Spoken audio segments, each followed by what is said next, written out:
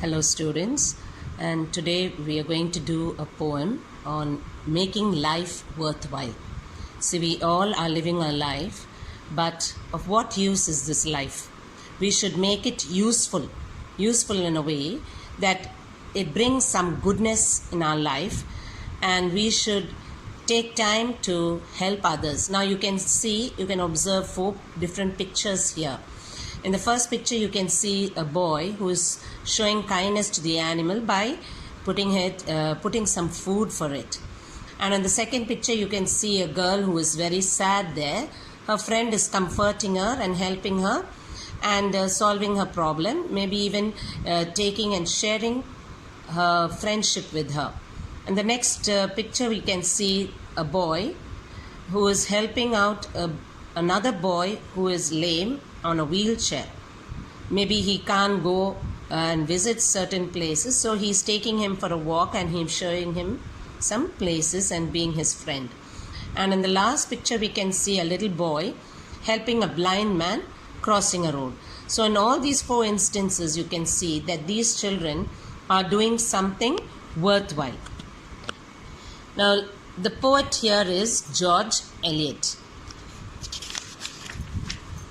And actually her name is Mary Ann Evans, but she is known by her pet name as George Eliot.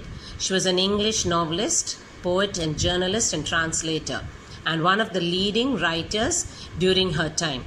She wrote 7 novels. Now let us go to the poem, Making Life Worthwhile. By the very title itself, you can see that it is talking about something about our life to make it useful. Worthwhile means to make it useful. Every soul that touches yours, be it the slightest contact.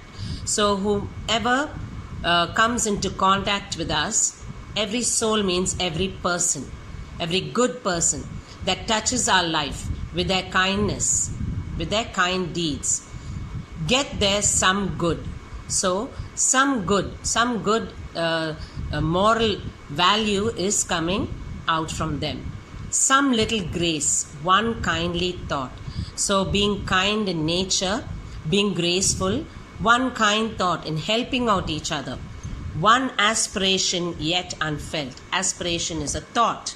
So even a good thought to help out that person itself is something worthwhile. One bit of courage for the darkening sky. So it takes a little bit of courage when we want to do something good. Sometimes we are held back.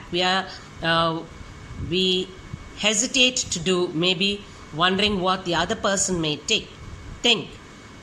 So it takes a little bit of courage for the darkening sky. For the darkening sky means for somebody else who's facing a problem, a difficult problem.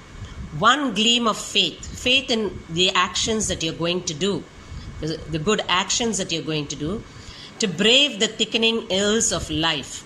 The thickening ills of life means the problems in life.